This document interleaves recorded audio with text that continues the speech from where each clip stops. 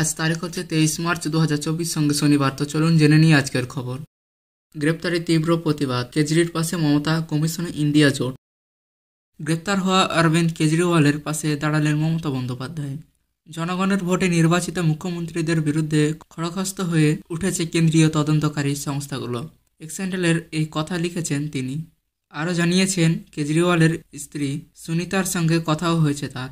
এছাড়াও কেজরির গ্রেপ্তারির প্রতিবাদে শুক্রবার নির্বাচন কমিশনের কাছে যাবে ইন্ডিয়া জোটের প্রতিনিধি দল।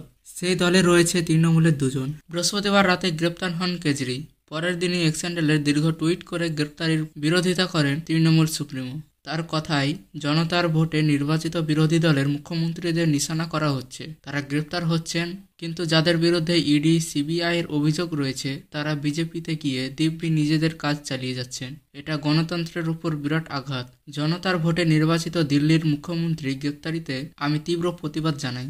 মমতা আরও জানান, কেজরিওয়ালের স্ত্রী সুনিতার সঙ্গে তার কথা হয়েছে। আপ সুপ্রিমোর পাশে থাকার বার্তাও দিয়েছেন মুখ্যমন্ত্রী।